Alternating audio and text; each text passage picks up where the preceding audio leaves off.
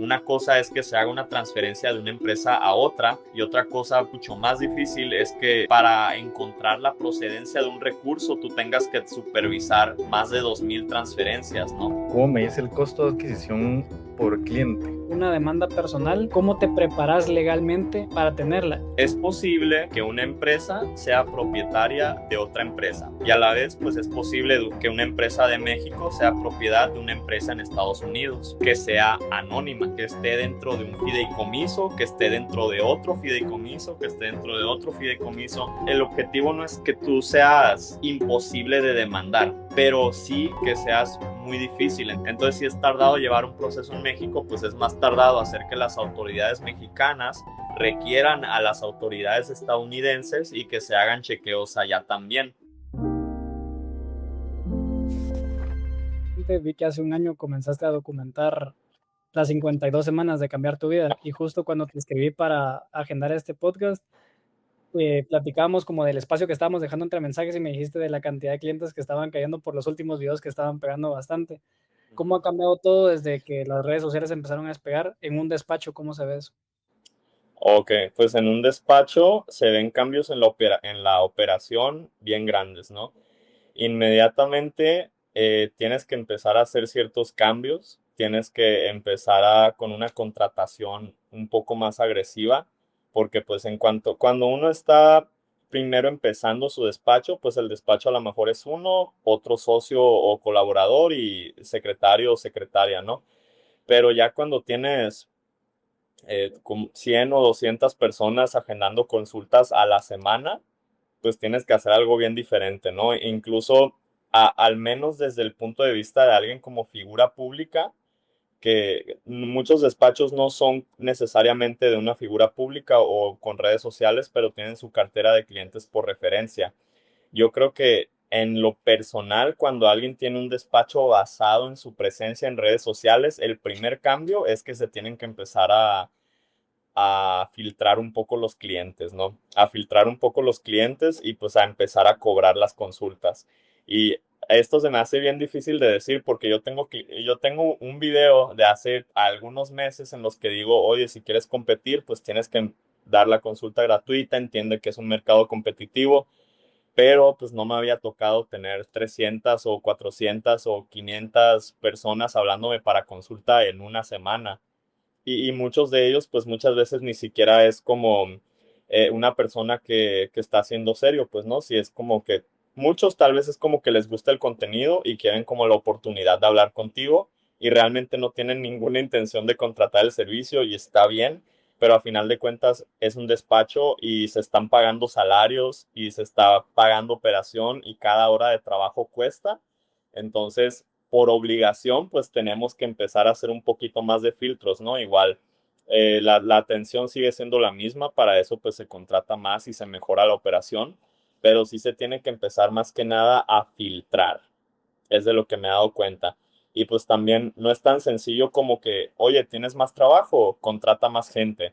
No es tan fácil, pues, porque no vamos a contratar a quien sea, pues. Somos bien cuidadosos en eh, si voy a trabajar con alguien, voy a asegurarme de que sea un perfil que dé la altura para el servicio que nos gusta dar y sobre todo pues que vaya como con la línea que tiene el despacho en general como persona, ¿no? No solo desde un punto de vista de conocimientos legales, sino como persona, alguien que esté dispuesto a ayudar, alguien que esté dispuesto a aprender cosas tal vez no tan convencionales. Entonces no es tan fácil como que tengo más clientes, contrato otros 10 abogados y ya se arregló. O sea, tarda tiempo encontrar los perfiles adecuados y pues crecerlo, ¿no? No se puede hacer un crecimiento demasiado rápido porque ahí es donde todo se empieza muchas veces a salir de control y es algo que ya me ha tocado ver en clientes, entonces es algo que busco yo no caer en ello.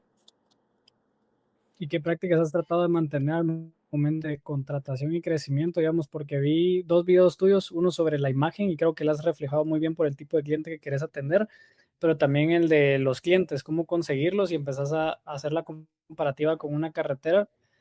¿Cómo, Ah, cómo has manejado el ingreso de clientes para filtrarlo mejor? Porque sí tienes que distinguir muy bien y pueden venir de un mensaje de TikTok que es muy difícil de manejar O un correo electrónico, que ese es mucho mejor. En los mensajes, pues nosotros atendemos por WhatsApp.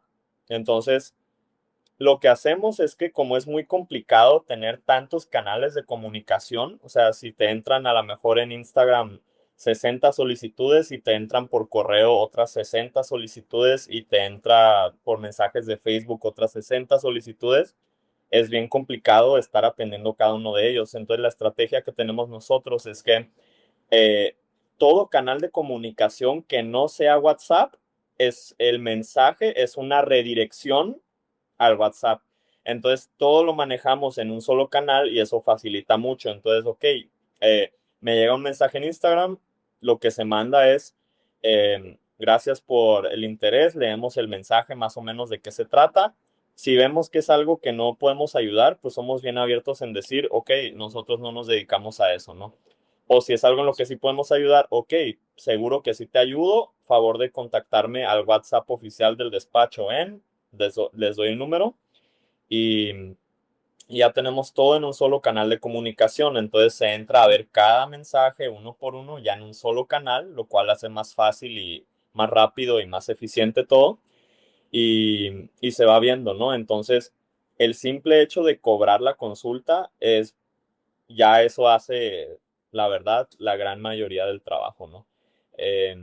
Y pues igual, o sea, yo tengo instrucciones, muchas veces soy yo el que administra el WhatsApp, pero en otras ocasiones también lo puede estar administrando otra persona u otras personas, pero sí tengo como que dicho, ok, le vamos a dar a una persona este nivel de atención, el mejor nivel de atención posible, pero si no está agendando consulta o nomás lleva días platicando con nosotros nada más y no se ve como que una intención seria, pues sí vamos a tener que tal vez ya no darle tanta atención y darle la instrucción de que, ok, si usted está interesado en la adquisición de algún servicio, el paso es este. Si no está listo para tomarlo en este momento, pues puede volver con nosotros y lo atendemos con gusto cuando lo esté. Y ya, pues es la manera de irlo filtrando, ¿no? Ok. Yo tengo otra pregunta. Digamos, yo también estoy en el mundo de los servicios, completamente diferente. ¿Cómo me dice el costo de adquisición por cliente?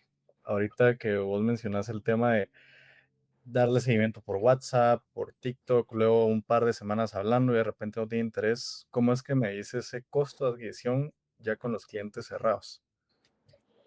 Malamente no tengo ahorita números de costo de adquisición de cliente, si te soy sincero.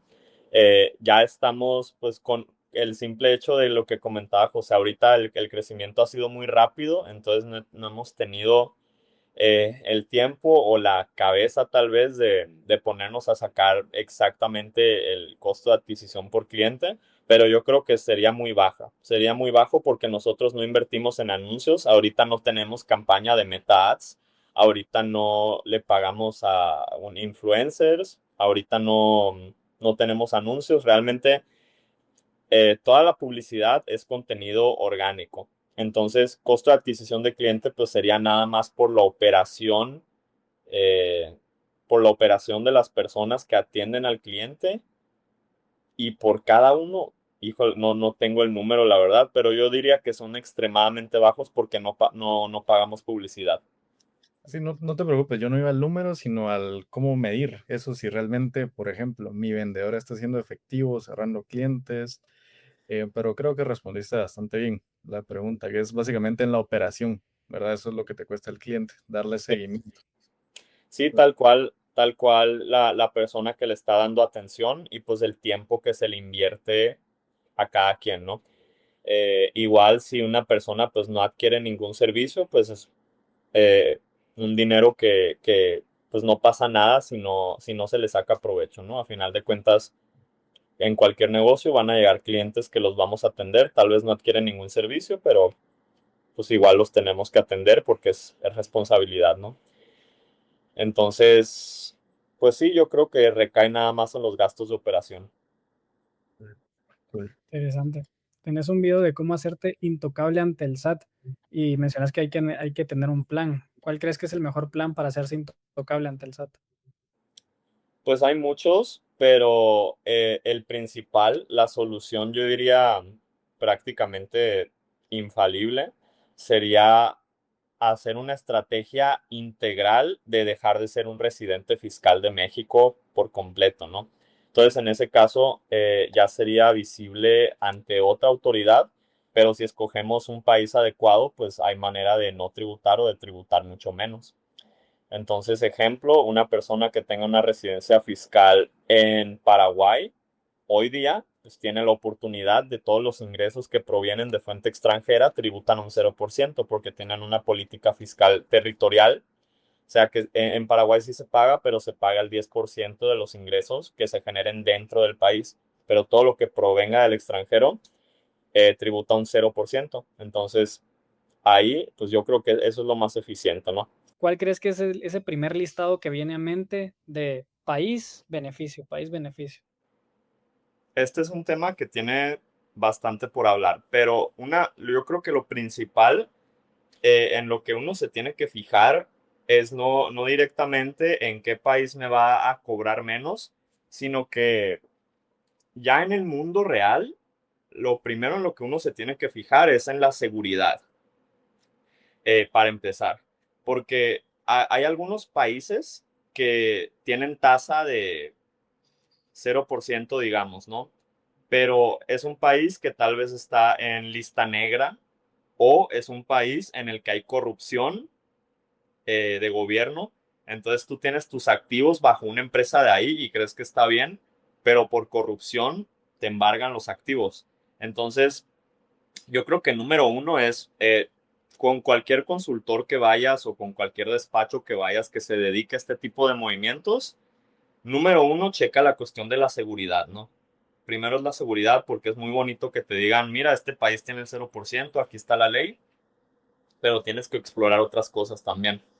Después de eso, pues ya explorar el tipo de negocio que tienes tú y, y pues también qué tan familiarizado pudieras estar. Ahorita realmente el único con el que estamos trabajando nosotros es Paraguay. Estuvimos trabajando con otros anteriormente, pero por logística y por especialización más que nada, ahorita estamos trabajando nada más con Paraguay. A algunas personas también les gusta, mucha gente habla también de San Cristóbal y Nieves y yo he hablado de San Cristóbal y Nieves, tienen una tasa personal del 0%, pero San Cristóbal y Nieves yo lo prefiero un poco más para cuestión de ciudadanía que de residencia fiscal porque sé que para cuestión de activos a veces puede ser complicado tener una residencia fiscal ahí. Fer, en los últimos 8, 9 meses he estado muy involucrado en el tema de capital riesgo, todo lo que es VC, y yo tengo una startup. Entonces, suponiendo en este caso, ya pidiendo aquí asesoría gratuita, casi que, em, yo vendo mi startup por, metemos una cantidad, $180 millones. Sí.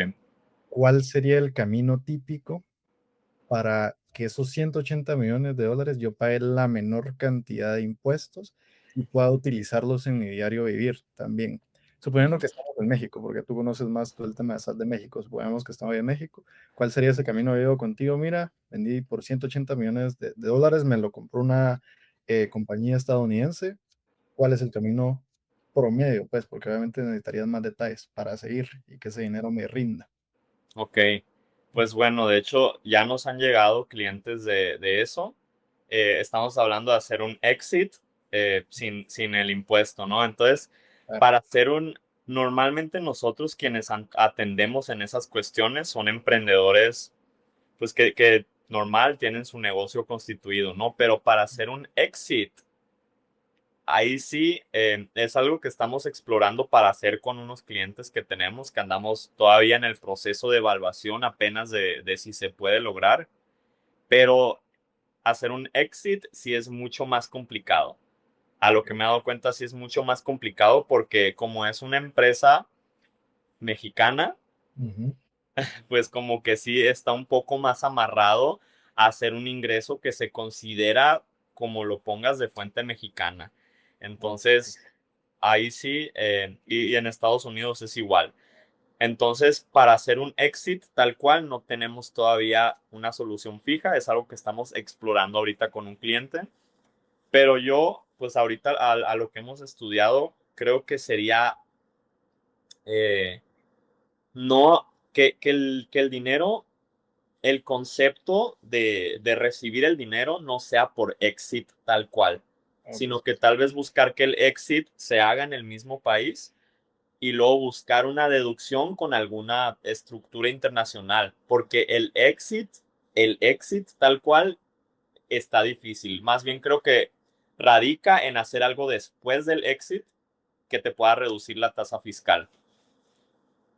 claro. Entonces, si hay como una diferencia bien grande entre cómo reducir esos impuestos cuando son ganancias de una empresa, ventas y demás, a cuando es un exit, una venta de una empresa. Si son dos caminos diferentes, entonces. Sí, sí, sí, porque un exit sí es algo más complicado porque ya entramos en tema de regulación financiera también Claro. y hay otra serie de reglas que sí nos complican un poco más la logística. ¿Crees que eso está más sujeto a países como México, Colombia, que hemos hablado con Alfredo, que tal vez tienen más desarrollado el mundo del startup, y en otros países de Latinoamérica puede estar más abierto el camino? No nos ha tocado ver, así que no te podría dar una respuesta honesta porque no me he puesto a checar en otros países, pero ahorita lo que es México y Estados Unidos, que son los clientes que estamos intentando manejar para esto, ahorita sí te puedo decir que es complicado, pero tal vez se podría lograr. Otros países de Latinoamérica no hemos checado legislación realmente, entonces no te sabría decir. Ok. A mí me llama bastante la atención el tema de las demandas. Te he visto hablar del tema de las demandas personales y el tema de demandas a empresas. Y si querés te lo divido en dos preguntas, pero una demanda personal, ¿cómo te preparas legalmente para tenerla? Y si podés contarnos un poco de cuáles son las más típicas que llegan, porque ¿por qué tratarían de demandar a alguien normalmente? Mm, ok. Entonces, la primera manera de prepararse para una demanda es juntar evidencia.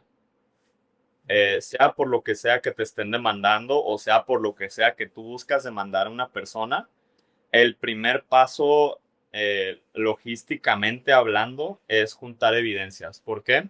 Porque a final de cuentas, em, si en el derecho uno puede decir muchas cosas, pero si lo dices sin pruebas, haz de cuenta que no dijiste nada, ¿no? Entonces, lo primero es juntar pruebas. Y entonces es lo primero que le digo a una persona, ¿no? De que, oye, me hicieron tal cosa. Lo primero, ok, déjame, hago el diagnóstico jurídico, déjame checo qué figuras legales pueden encajar aquí, cuál es el proceso a seguir. Y tú por lo pronto júntame todas las pruebas, porque con las pruebas es a final de cuentas con lo que uno se va a defender o bien con lo que uno va a atacar a la otra persona, ¿no? Pruebas de que me estafaste, pruebas de que me robaste dinero, pruebas de lo que sea, es lo primero. Y lo más típico, realmente nosotros no manejamos tanto litigio ya. En este momento estamos especializándonos más en el tema de constitución y propiedad intelectual. Pero en cuanto a litigio, muy común, fraude fiscal. Fraude fiscal es algo común.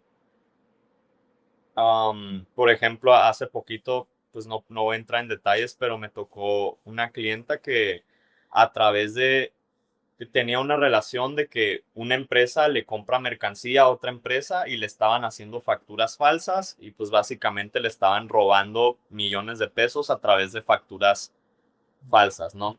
Entonces es algo que ahorita pues, como que mucha gente está haciendo y es una de las más comunes que me ha tocado.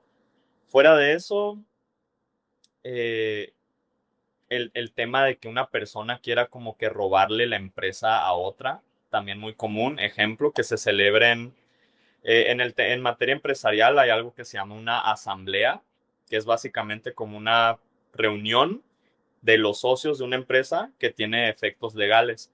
Entonces, algo que yo he visto que se hace mucho, pues es que se celebran asambleas falsas y se falsifica la firma de un socio y intentan sacar de la empresa, pues ilegalmente, ¿no?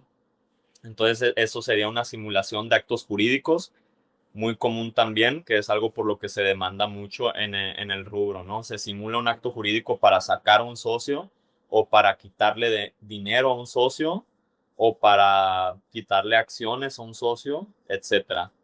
Otra muy común. Y fuera de eso, pues cuestiones de pago, ¿no? Nunca falta de que, oye, me firmaste que me ibas a pagar y no me pagaste, pues esa también súper, súper común.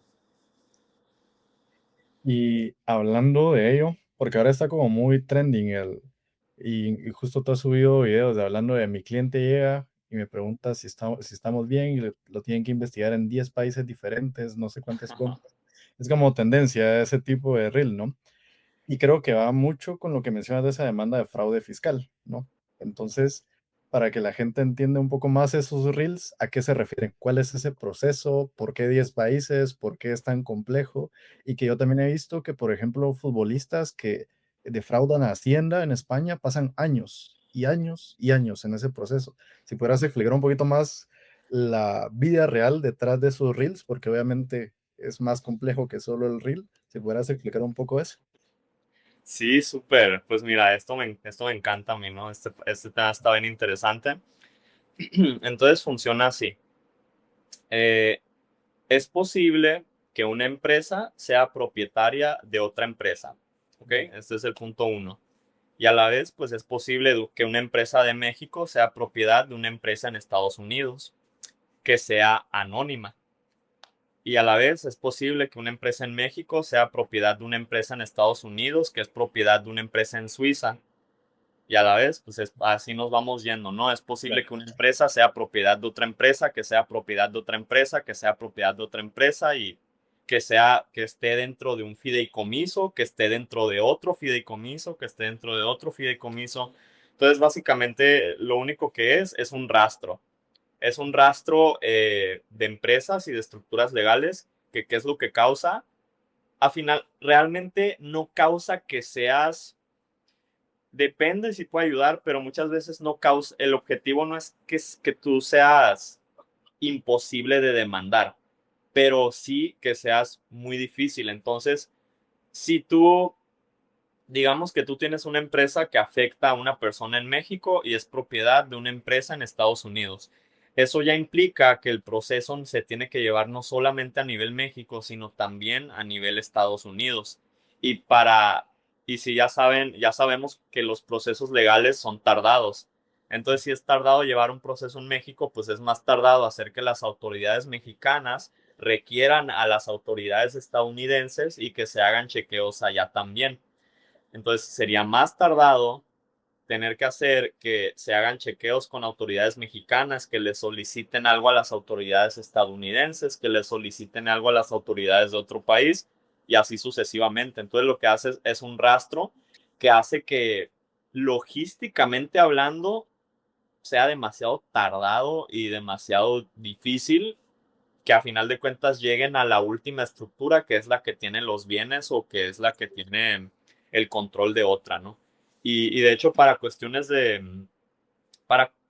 realmente para muchas cuestiones legales, incluso para cuestiones de lavado de dinero, que no nos dedicamos a eso, pero hay como dato curioso, cuestiones de lavado de dinero, pues es lo mismo que hacen. Cuando se habla de lavar dinero, se usan muchas estrategias basadas en crear una red de transacciones para que sea bien difícil de ubicar. Una cosa es que se haga una transferencia de una empresa a otra y otra cosa mucho más difícil es que para encontrar la procedencia de un recurso tú tengas que supervisar más de 2,000 transferencias, ¿no? Entre empresas no de un mismo país, sino de 15 países diferentes y no de un solo banco, sino como de 30 bancos diferentes y entre los países, unos que no cooperan y no comparten información financiera con los otros. Entonces te fijas, muy rápidamente se puede empezar a poner muy complicado que realmente puedan llegar a ti. Y pues básicamente en eso radica, ¿no? Si tú creas muchas estructuras en muchos países diferentes, es una logística bien difícil para que la persona que está intentando llegar al recurso o que se le admita una demanda consiga su logro. Claro. Espero que se haya entendido. No, sí, por supuesto Sí, se entendió. Y solo aclarando, ¿verdad, Fer? Todo esto es dentro del marco legal, ¿verdad? Solo son grises que se aprovechan dentro de las diferentes legislaciones entre países, como tú dices, que no tienen relación diplomática o no se comparten información financiera, para que la gente entienda, ¿verdad? Que todo esto que se hace no es que sea ilegal, no es lavado de dinero, sino son estrategias para aprovechar. Sí, bueno, aquí hay, hay que saber hacerlo, porque pues esto ya me lo comentan mucho, ¿no? Me lo comentan mucho en mis videos. Esto es evasión fiscal. Entonces, claro que sabemos que hay un delito en las leyes mexicanas y de todos los países que se llama evasión fiscal, que es cuando tú a través de métodos no honestos, pues buscas no pagar impuestos, ¿no? La clave es hacerlo de manera correcta para que no caiga en la evasión fiscal. Pero sí hay maneras correctas de hacerlo en la que sea completamente legal, por supuesto que sí. Entonces, y lo mejor es que sea legal. ¿Por qué? Porque cuando llegue el momento en el que las autoridades fiscales de tu país te cuestionen, tú ya tienes todo el archivo para defenderte de que lo que estás haciendo es legal. Y, y realmente muchas empresas grandes de todo el mundo lo hacen. O sea, si nos ponemos a ver empresas grandes, hay muchas que están domiciliadas en lo que se conoce coloquialmente como un paraíso fiscal. Ah, ¿Y cómo lo hacen? Lo hacen y esta gente, teniendo un negocio tan grande, no se pondrían en riesgo nomás porque sí, haciendo algo que sea ilegal. Es porque hay una manera legal de hacerlo y estas personas pues contratan a los mejores consultores del mundo para hacerlo de manera legal. Hecho correctamente, sí, es legal, pero no puedo yo declarar, claro, siempre es legal. Hay gente que algún detalle que se les escapa o algo que esté mal hecho y caes en un delito de evasión fiscal y eso sí es ilegal. como lo que Mm, pasó en Panama Papers, ¿verdad? Que vos lo mencionaste en algún video, ¿verdad? Sí, Panama Papers, eso sí, este, altamente ilegal y no lo recomiendo que lo intenten en casa. Eso sí, no, ajá. Ok, genial. Fer, me da bastante curiosidad un video que tenés sobre una persona que empieza a comisionar en ventas inmobiliarias, pero todo fue apalabrado. Y lo que yo veo es que muchas veces el camino de dejar escrito y legal algo, tal vez ya implica un costo inicial. Entonces, digamos, yo tengo 20 años. Esta persona, aunque yo le pida un documento donde me lo firme, pues si yo quiero incurrir a él en lo legal, lo tengo que demandar con ese documento, me imagino yo. Pero el puro hecho de legalizar que sí soy yo el que va a comisionar es, solo confírmenme si me escuchan, se me traba un poco. Sí, yo te escucho. Bueno, entonces mi pregunta es, si estás joven, tenés 20, estás apalabrando, ¿cómo te aseguras con el recurso disponible de que quede bien legal, que la persona te tiene que hacer algo sin incurrir en un proceso súper legal de 10 abogados donde nos firmemos algo porque al final tengo 20 años y me prometieron una comisión? Pues. Claro. Pues bueno, hay maneras, ¿no? Para todo hay maneras. Lo ideal es contratar a un abogado, pero eso cuesta dinero. Entonces, digamos, ¿cómo hacerlo sin un abogado? Ahorita, afortunadamente, el Internet nos permite a todos un muy buen acceso a la información. Entonces, gente que está en bienes raíces, literalmente pueden buscar ahorita en Google sin ningún abogado. Para empezar, afortunadamente hay gente que está haciendo muy buen contenido en redes sociales. En redes sociales hay mucho contenido sin punto y hay mucho contenido vacío, se podría decir, pero también hay gente que está haciendo un muy buen trabajo de educar y de realmente aportar valor a través de sus redes sociales. Entonces, yo creo que para empezar, un muy buen punto de partida es todos están consumiendo algo en Internet, entonces consuman algo útil. Y si quieren entrar en bienes raíces o quieren entrar en finanzas o en lo que quieran entrar, busquen contenido educativo porque sí lo hay. Entonces, y yo sé que muchas personas que ahorita son ejemplo en su industria, ellos mismos lo han dicho en entrevistas que empezaron viendo a ciertos creadores y de ahí empiezan a aprender. O sea, hay uno muy conocido aquí en México que se llama Maurice Dieck, no sé si ustedes lo ubican. O sea, yo pues desde hace muchos años empecé a ver el contenido de él y él es alguien que se dedica a educar a la gente de cuestión financiera. Entonces, número uno, educarte y número dos, buscar algún formato de contrato. Claro, pues no va a ser perfecto no va a ser perfecto, no va a ser el mismo nivel que te va a otorgar un abogado, pero si de plano no tienes nada de dinero y quieres asegurar tu comisión, busca algún contrato de comisión en Google, chécalo, léelo, compáralo con lo que has aprendido educándote, como hemos estado platicando, y busca que el contrato pues sea lo mejor posible y que te cubra dentro de todo lo mejor, ¿no? Otra cosa, pues grabaciones. O sea, realmente una grabación es una prueba mucho más contundente y cuando se pueda hacer y pues más fácil realmente que hacer un contrato perfecto y legalmente coherente, ¿no? Entonces, si tienen la oportunidad de que se haga en una oficina en la que hay una cámara, en la que ustedes tengan acceso a, a las grabaciones de dicha cámara, pues ahí ya tienes una prueba súper plena de lo que pasó y lo que se dijo, y con eso eventualmente vas a poder exigir tu recurso. Ahí sí, sí creo que está muy difícil que una persona elabore una demanda. Ahí sí, pues ahí sí, ese sí es un gasto en el que no veo manera de evitar incurrir en él. Lo de la educación sí, lo de crear el contrato también, que no va a ser perfecto, pero va a ser algo que te sirva. Ya el momento de hacer la demanda con esa prueba que tienes recaudada, ahí sí creo que es muy difícil evitar incurrir en precios.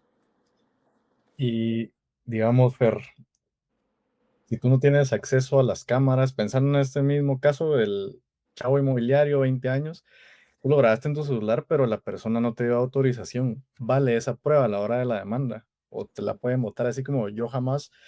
Porque así como grabamos con distintas personas, un NDA, te estamos grabando, todo lo que está grabado acá, estás bajo condiciones normales y bla, bla, bla, pues la persona puede decir a la hora de, miren, tengo aquí esta grabación en mi celular donde esta persona me dice que me va a dar X cantidad de comisión. Y la Ujú. persona o el abogado puede decir, no, no, no, es que a mi cliente lo grabaron bajo X y condición. ¿Qué puede pasar ahí si yo grabé sin el permiso de la persona? ¿Tengo más chance de perder? ¿O qué pasa en ese caso? ¿O sí sirve igual?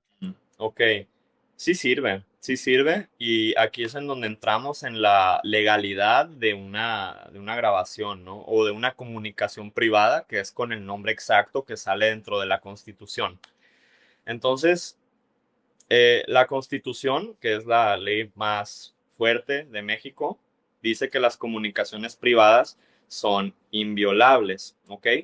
Pero dice que no lo son, o sea, no lo son cuando la comunicación que se está exponiendo es una en la que ambas personas participaron, pues.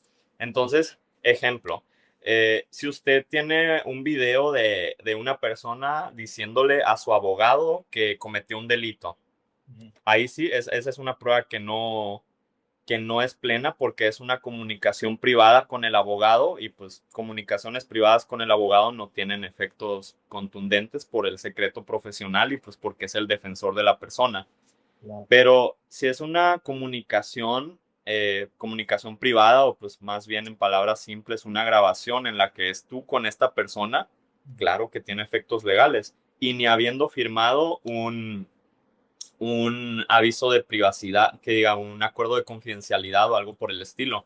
Porque la gente tiene que entender que hay ciertos derechos que son irrenunciables.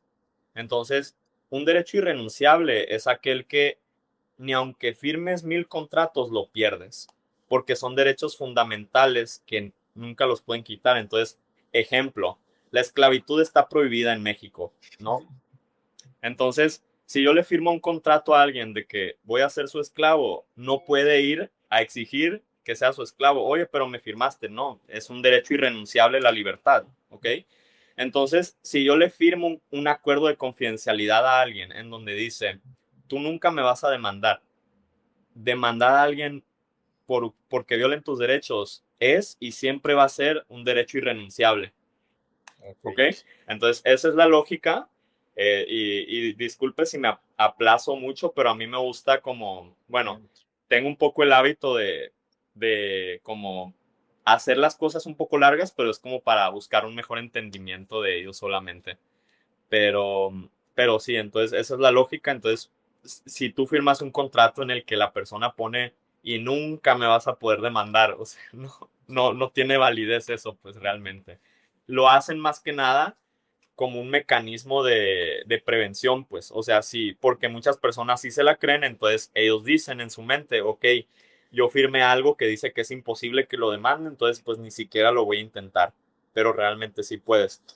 Otro ejemplo es cuando los estacionamientos privados, no sé si han visto que a veces dicen, no nos hacemos responsables de robo. Sí se hacen responsables de robo. O se pone esa declaración como para disuadir a la persona de que no, pues es que ahí dice, no importa, o sea, sí se hacen responsables de robo. Si el vehículo estaba en el estacionamiento de ellos, tienen responsabilidad sobre ese espacio, entonces claro que se hacen responsable de robo, aun cuando ese letrero que ya está roto desde hace 3 años dice que no, pues no importa, pues.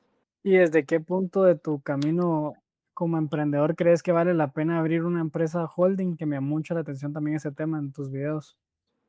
¿Desde qué punto dirías, ah, mira, si ya estás manejando esto, pues abrite una desde ahorita? Ujú. Bueno, realmente muchas veces ni siquiera es necesario abrir la holding, ¿no? Esta es una materia que para los que lo quieran investigar más, es información pública, se llama protección de activos. Les recomiendo que lo investiguen para toda la gente que está viendo.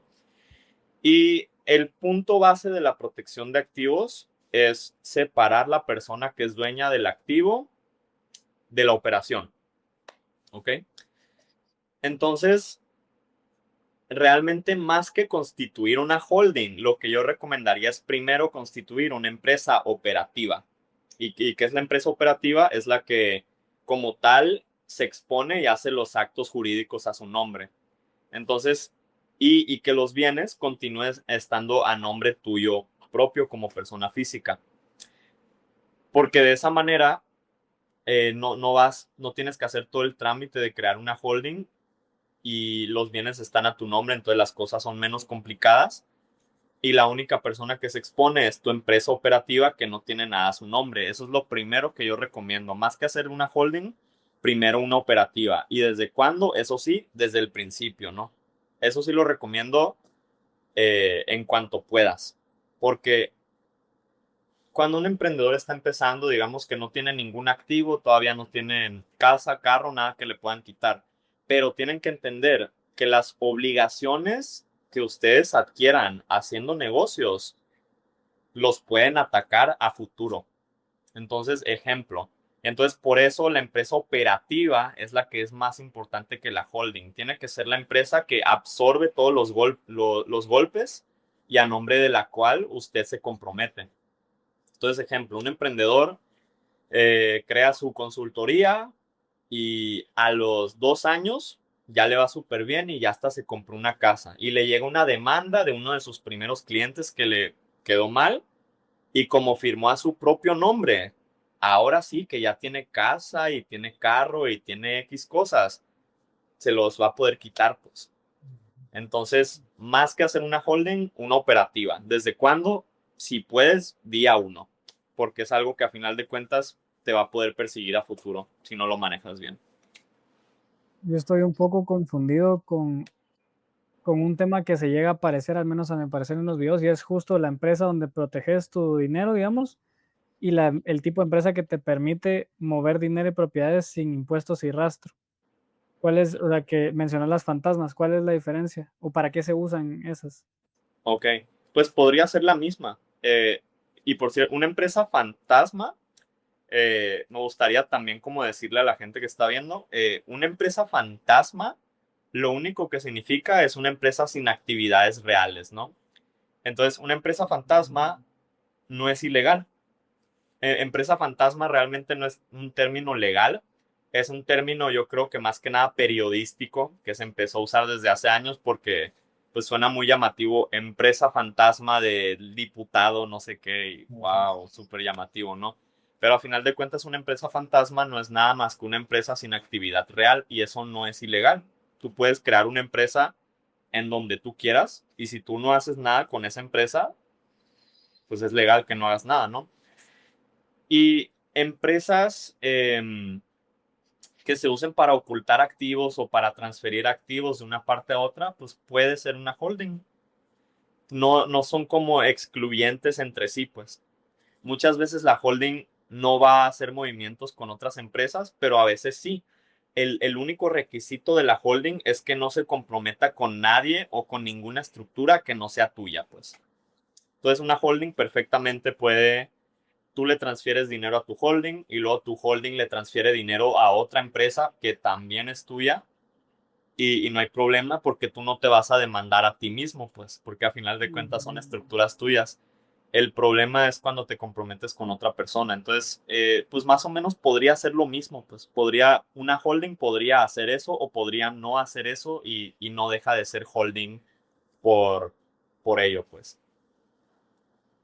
Cool. Y mira, otra pregunta muy relacionada al trend ahorita de compré maquinaria, no sé qué, eso le reporté al gobierno, es un Porsche GTR. Sí. Si nos pudieras explicar más a detalle, porque aquí tenemos como una noción básica de lo que es, pero para que la gente entienda más, eso es un Rolls Royce y lo reporté como maquinaria pesada, qué sé yo, si nos fueras un poquito más de eso y que creo que va relacionado también con estas holdings y con las operativas, si nos pudieras explicar un poco más. Sí. Ok. Bueno, ese es un ejemplo súper exagerado, ¿no? Sí, tal cual. Ahí en esa publicación es humor, ¿eh? O sea, esa publicación, quiero aclarar, es humor total. O sea, tú no puedes declarar un Rolls Royce o un Ferrari como una excavadora o algo así, ¿no? Es humor, pero bueno, a lo que quiero llevar a entender en esos temas cuando hablo de ello es que hay muchas maneras creativas de deducir impuestos comprando las cosas que si quieres. Ahora les voy a decir un ejemplo que sí es algo real, que también subí video de eso. Digamos que el carro de sus sueños es una G-Wagon, ¿ok? Pues esto sí es real, que en Estados Unidos, si un vehículo excede de cierto peso, exactamente 6,000 libras, fiscalmente hablando, se puede considerar un vehículo de carga. Entonces, siempre y cuando el vehículo cumpla con esas características y demuestre que lo está usando para su negocio y que es indispensable para el mismo, se pueden deducir impuestos sobre el vehículo. Y da la casualidad que el carro que a ti te gusta, nada más porque se te hace bonito, pues cumple con esas características, puedes encontrar una manera de deducirlo digamos, justificar que lo usas en tu negocio. Y hay personas que han hecho, la verdad, como creo que la mayoría de nuestras audiencias son de México, cabe destacar que muchas de estas cosas, yo por eso en el video mencioné que esto que les acabo de decir es ley de Estados Unidos. Y si es algo que hay que super aclarar, que en México hay mucha menos flexibilidad para materia de deducciones, ¿no? En México ahorita a 2025, junio, autoridades fiscales están muy exigentes y muy cerradas en el tema de deducciones. Es muy difícil deducir algo al menos que esté como súper cuadrado. En cambio, en Estados Unidos hay mucha más flexibilidad para temas de deducciones y hasta hay conceptos de deducción que ni siquiera se manejan en México, ¿no? Uno de ellos es el tema de la depreciación. Ujú. No sé si usted, si lo conocen. Sí, sí, justo eso te iba a preguntar ahora, el tema de la depreciación, incluso el tema de las donaciones. No sé cómo funciona en México, pero aquí en Guatemala sí, sí lo deducen, las donaciones, sí hay toda una estructura para las empresas. Pues justo eso te iba a preguntar. Ah, sí, pues eso también es otro tema que a muchos emprendedores le puede ayudar y que por eso en mi despacho, pues nosotros creamos empresas en México, pero también en Estados Unidos. ¿Para qué? Porque pues precisamente por este tipo de cuestiones a mucha gente fiscalmente le sale mejor constituirse en Estados Unidos.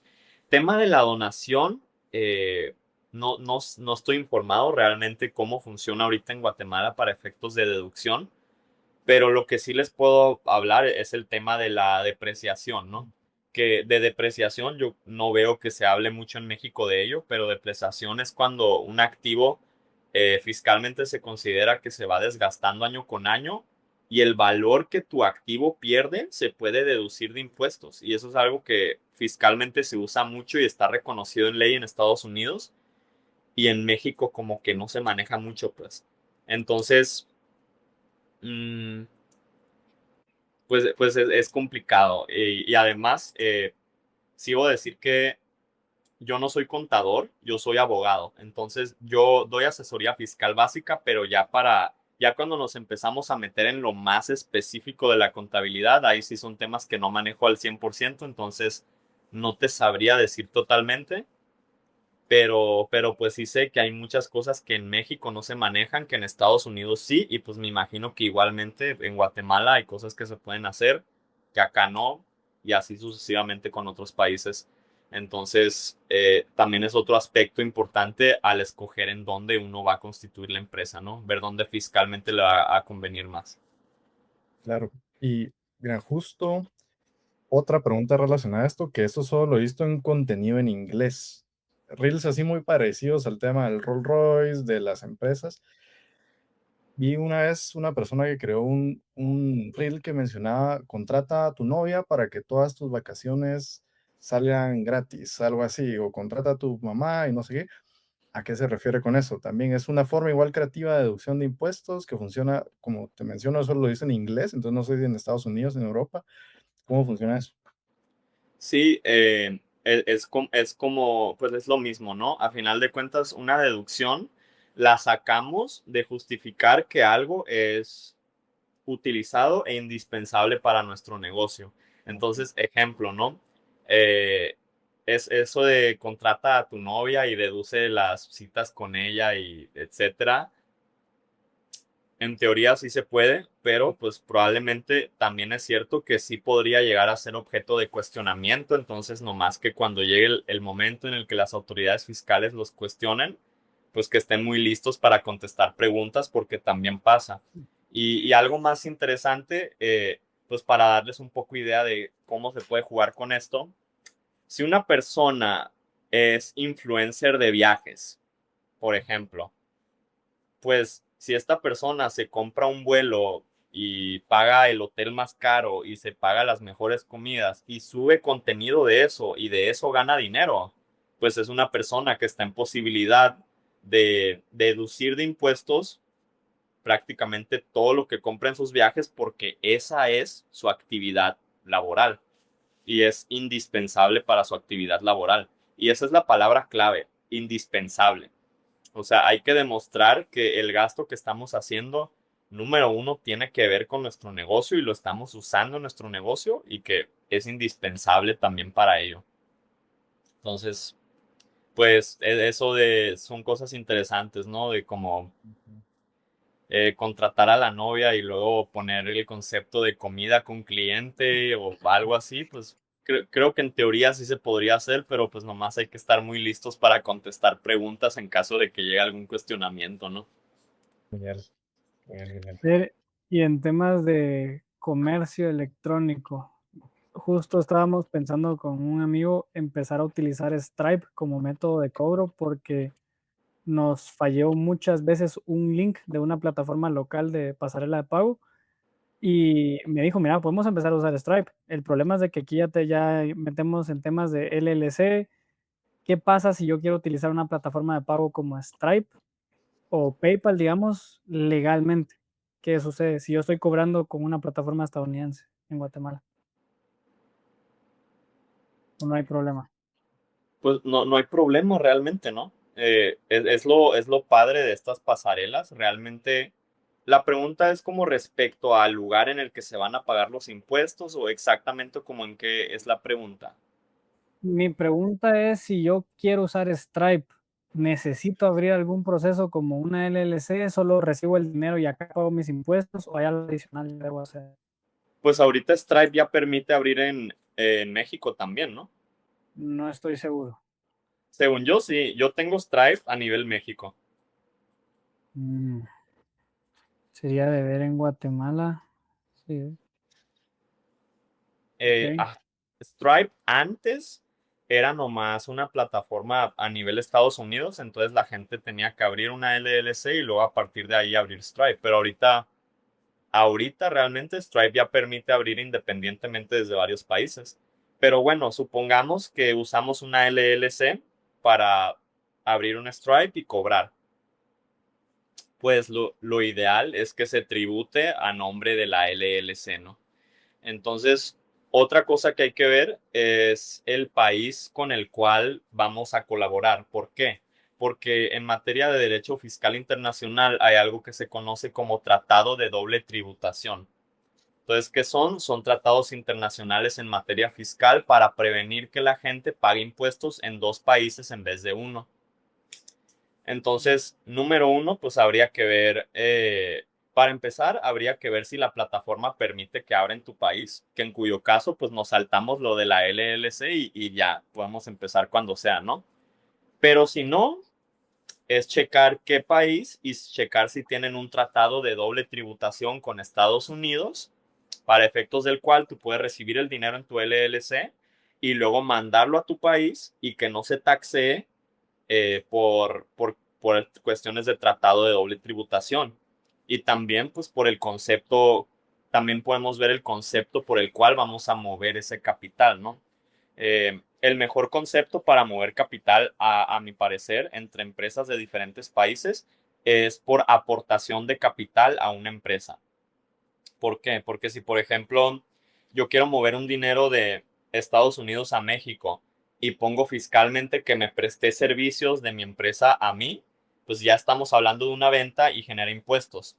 Pero si yo muevo un dinero de una empresa estadounidense a una empresa de México y el concepto es aportación de capital, o sea, al capital social de la empresa, es un evento que no incurre en impuestos porque no estamos haciendo una operación y tampoco se está ganando dinero. Es una inversión al capital social que todavía no genera ninguna ganancia real.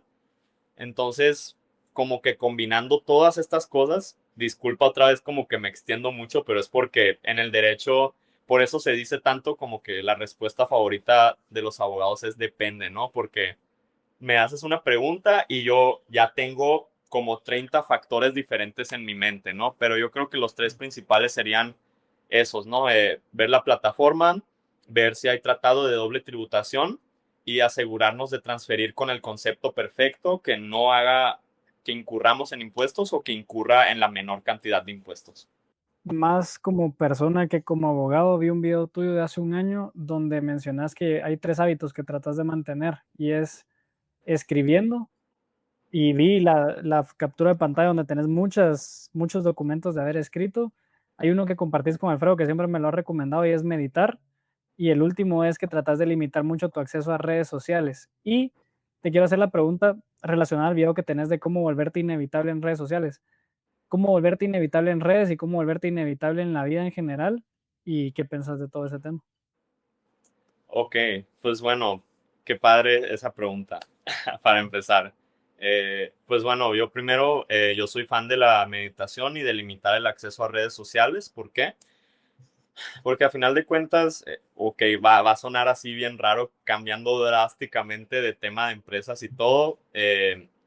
Yo creo que lo más importante es estar presente y consciente en el momento, ¿no? Porque pues a final de cuentas no tenemos nada más que eso. Y la meditación y limitar el uso de redes sociales creo que ayuda mucho a que tu mente se calme y que puedas disfrutar más del momento en el que estás y que puedas hasta trabajar mejor porque a final de cuentas te concentras más.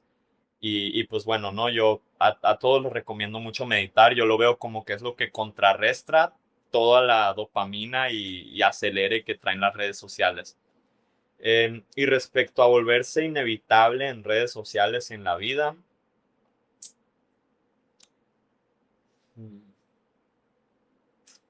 yo creo que presencia y autenticidad son dos valores que tengo súper, súper en mi mente siempre. Hacer lo que realmente a ti te gusta y sobre todo buscar ayudar realmente. Creo que hay una energía bien distinta detrás de cualquier video o cualquier cosa que hagas cuando tú sabes que va con la intención de ayudarle a alguien. En vez de que la gente se enfoque tanto en cómo adquirir vistas, yo les diría que se enfoquen en cómo pueden ayudar más. Porque si ustedes están ayudando, necesariamente les va a ir bien. Porque si ustedes están ayudando, la gente va a estar volviendo y volviendo y volviendo y volviendo al canal de ustedes y pues eso les va a generar vistas. ¿Por qué? Porque están regalando valor. genuino y con la verdadera intención de ayudar. Entonces, yo creo que para volverse inevitable en redes sociales, usted debe de encontrar su talento, lo que a usted le gusta y cómo usted puede ayudar a los demás a través de eso. Y si hace eso, pues le va a ir bien, creo yo. Bueno, Muy bien. ¿tenés alguna última, Alfredo? O... Sí, yo creo que regresando al tema de las empresas, cerrando, fuera, si tú lo tuvieras que dar desde tu despacho, tu experiencia como abogado, 3 consejos al emprendedor que está empezando de cosas que debe hacer, 3 cosas o 3 consejos, como quiera ver lo que debe hacer para que esté legalmente firme su empresa, para que le vaya bien con el SAT, lo que tú quieras, pero esos 3 consejos vitales, ¿cuáles serían?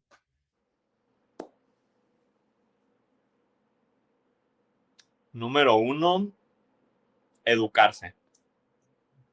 Educarse lo más que uno pueda. Y esto va a tener que ver con el punto número dos que les voy a decir ahorita, pero primero educarse porque entre más sepas, mejor. A mí en lo personal es algo que desde chiquito me inculcaron mucho. Mi papá siempre me ha dicho, busca sabiduría, busca conocimiento, lee libros, estudia, entiende, comprende, todo lo que tú puedas hacer para educarte en la materia legal y contable y financiera es algo que toda la vida te va a ayudar. Entonces, el primer paso es educarte. Aun cuando tú vayas a contratar a un contador para que lo haga o a un abogado para que lo haga, edúcate.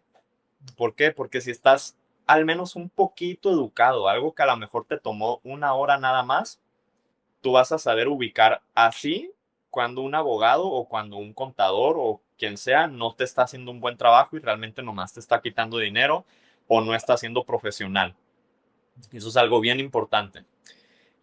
Y de hecho por eso yo soy tan agradecido de haber estudiado derecho, porque incluso antes de haberme dedicado, bueno, siempre me he dedicado a la cuestión legal, pero yo siempre he sido emprendedor, yo he hecho múltiples negocios y yo siempre he tenido la seguridad de que estoy en regla con lo que estoy haciendo porque entiendo el derecho y la contabilidad.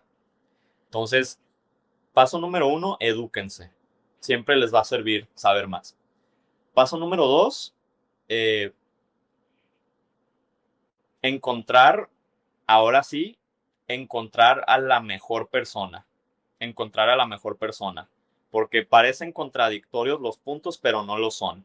Edúcate porque es importante que entiendas, pero luego también entiende que estamos muy limitados. O sea, hay una carrera entera para entender cómo funcionan los impuestos y se llama contabilidad. No le vamos a entender nosotros en un ratito. Entonces, es lo mejor encontrar a la mejor persona que te pueda ayudar porque ellos son los profesionales.